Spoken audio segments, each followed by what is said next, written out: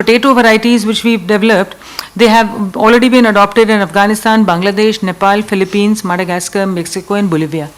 And these are what ICR has been doing in the production side, but we were also in the morning talking to a lot of these IT companies about how we can bring in more of ICT, IT tools into agriculture systems, right from production to, crop forecasting, crop cutting experiments, use of sensors to kind of judicious use of inputs, which is very important because, water and soil. Those things are priority for us also, so that we can have reduction in inputs and more judicious, not only from the monetary point of view, also from the environmental angle. Because crops like rice and sugarcane, they are high value crops, but they have a deteriorating effect on the environment also.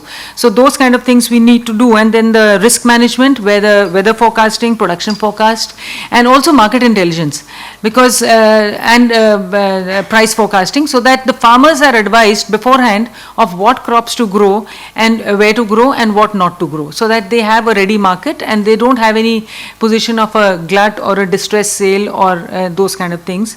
And then, so the bottom line for our R&D session could be that we strive for academic excellence and step up investment in R&D, because some cases it may not be to the extent required.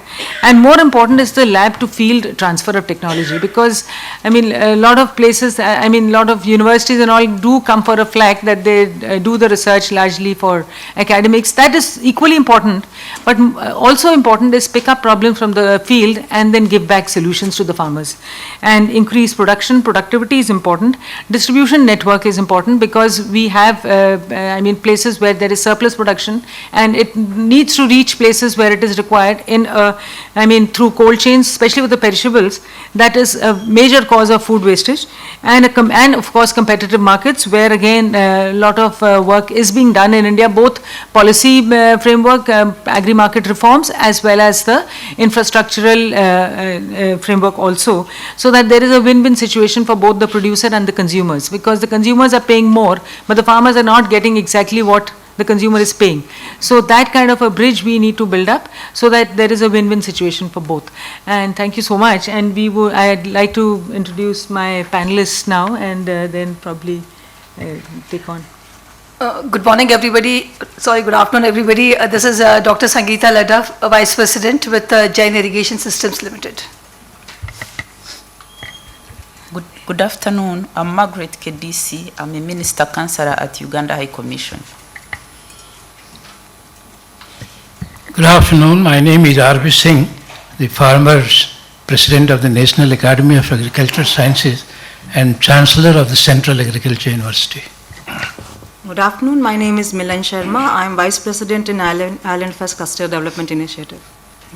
Yeah, thank you so much. And going by the sequence provided on our schedule, I'd request Professor R.B. Singh to deliver his remarks.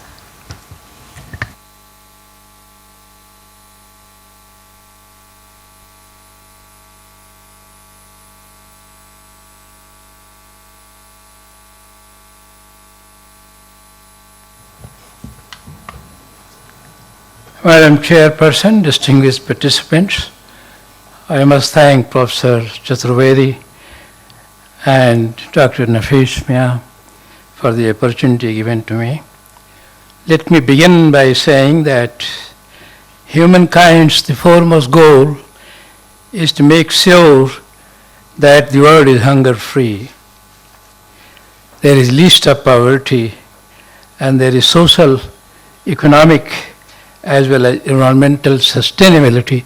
These are the foremost goals of any civilized society or any living system. It is also proven that agriculture is the vehicle which grants these privileges to the maximum extent if it is taken care of.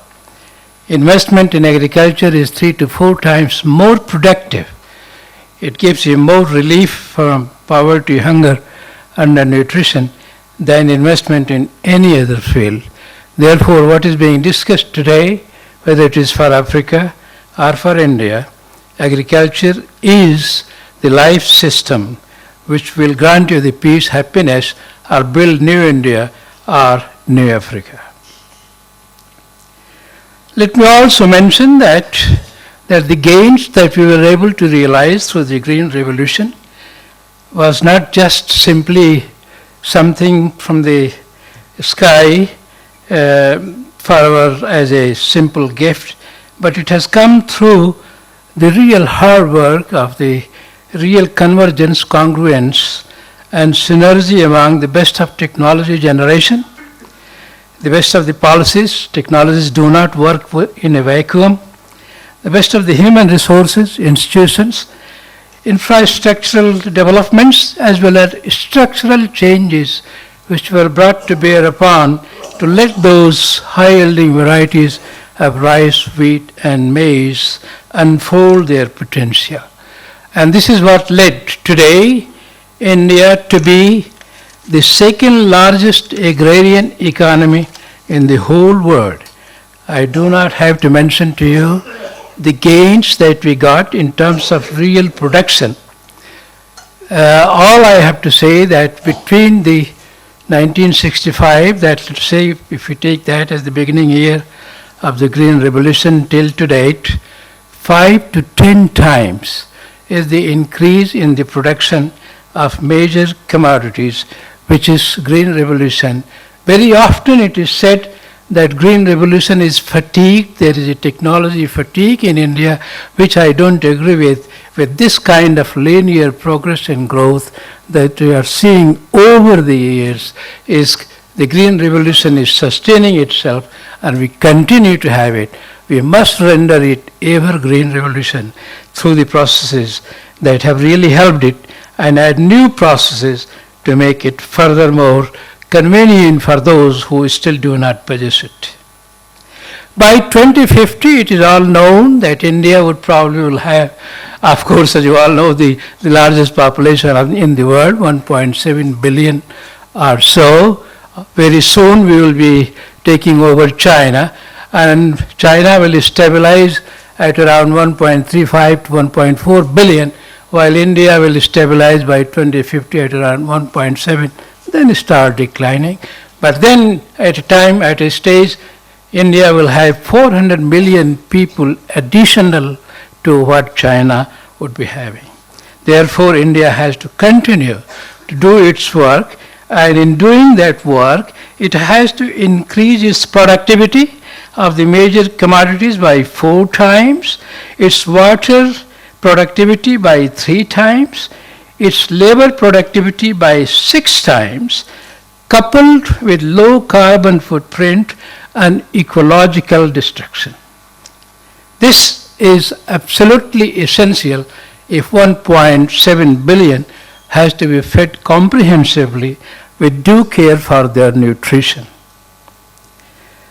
It is also very important to realize that it is not simply a creation which is de novo, but it's a deliberate, very active, proactive interaction of the National Agriculture Research Education System of the ICR, the leadership provided by the system, the Ministry of Agriculture, the State Agriculture University, the deemed universities, and so on and so forth.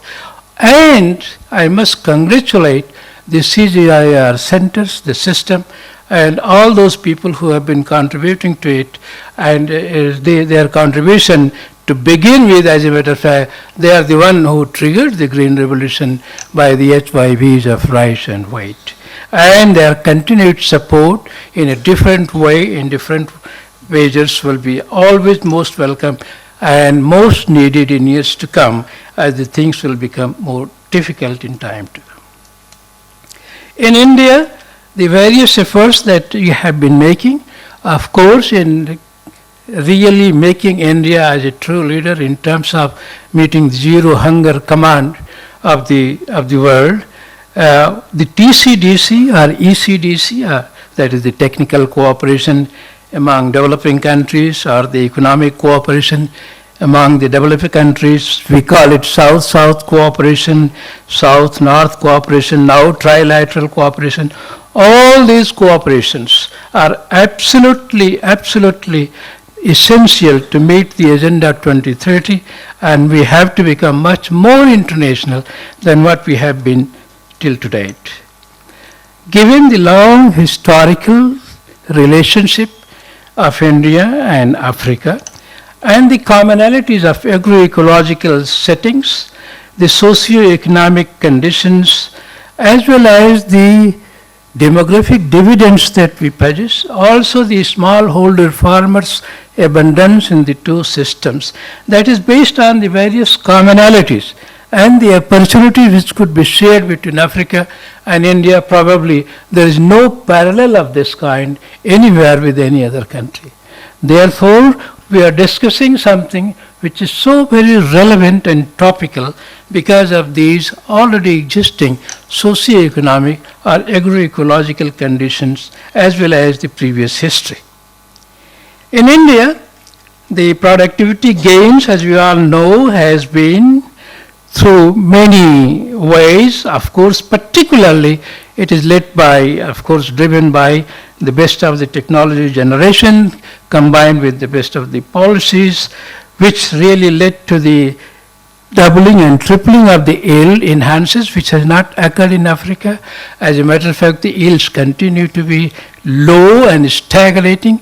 The total factor productivity growth rates have been rather very low. In India, fortunately, we have been able to maintain a TFP at a high level and still going on, and this, I think, is a very unique opportunity that many of the people should take note of it. The cropping intensity, the increased use of quality inputs, particularly the high quality seeds, the enhanced use of fertilizers, agrochemicals, drip irrigation will be talked about, hopefully the pressurized irrigation, the changing patterns of increasing the quality of inputs and saving our very precious resources through those improvements is absolutely the way forward which today India is pursuing. But my dear friends, ladies and gentlemen, madam, we have a long way to go. We feel very happy that we have accomplished this. Out of the 800 million people who are hungry in the world today, India has about 200 million of those 800 million. If you look at our children, about 35 to 40% of the world's undernourished children are our own children, and this high intensity of the undernourished children costs about 5 to 7% of the GDP annually to India. India has still long ways, in other words, to go, and we have to also learn from other countries what India can do together in terms of meeting those requirements. Who would ever not remember that how long can you keep a hungry child waiting for food with this kind of number of hungry children where nutrition today is being talked about, and allow those underprivileged people, about 241 million people who are below the poverty line, and about 2 billion who are supposed to be malnourished in the country. And about 50% of our women folks suffer from the, as you all know, the kind of problems that we have. I would, under nutrition, therefore, is the major requirement of today's development, and we should be able to undertake this as the priority requirement. I see that seems to be, I seem to be taking more time, but madam, I do not know, another 5 minutes? Eh? If not, let me only go to remind you, yesterday we had a meeting. Yesterday we had a meeting of the National Academy of Agricultural Sciences, where we had a speaker, Peter, as you all know, and he gave a few new efforts which possibly must be made from the Indian side to take those developments to Africa. I don't want to repeat it, but those are extremely important, and those are built in India, and these can be really taken to Africa. And these have been proven that probably Africa will need those much more than any other continent. The point which is to be made here that both excellence and relevance have to be kept in mind while developing the new technologies, and the future developments will have to keep in mind the progress that we have made and the progress that we often make and forget about. Here I just want to present to you a publication which is called India-Africa Conference 2008. Our leading ministers from Africa were there. Leading ministers from India were there. A very strong group of all technical people and scientists were there in this meeting. It had made recommendations, beautiful entire thing, and made a recommendation for creation of a African Forum for Farmers, which has happened. Many other things were recommended, but point is that in India we wrote, this was done through the foundation, IFCO Foundation, combining the Ministry